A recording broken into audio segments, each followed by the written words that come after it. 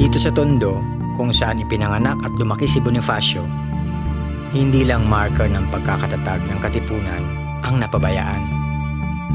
Tila napabayaan din ang maraming anak pawis na gaya ni Gat Andres. Siguro, sa hanay nila ako makakahanap ng mga bagong katipunero.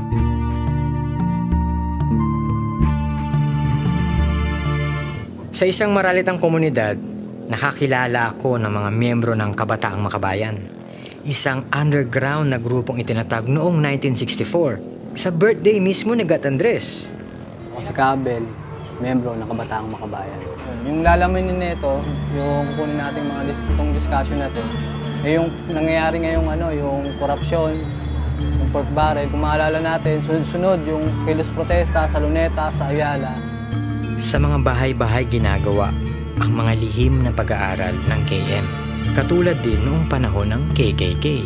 Nang itatag yung Kabataang Makabayan sa kaarawan ni Bonifacio, ay simbolikong representasyon nito na mayroong pagpapatuloy ng mga diwat simulain na hindi natapos at nasa balikat ng mga sumunod na henerasyon yung pagpapatuloy nito.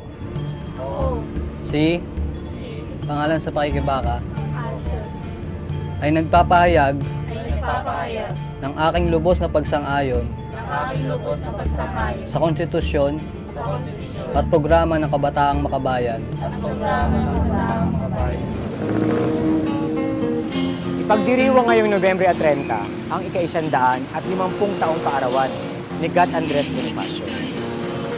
Maganda sigurong malaman kung may mga bakas pa ng kabayanihan ni Gat Andres sa kasalukuyang henerasyon ng mga Pilipino. Sa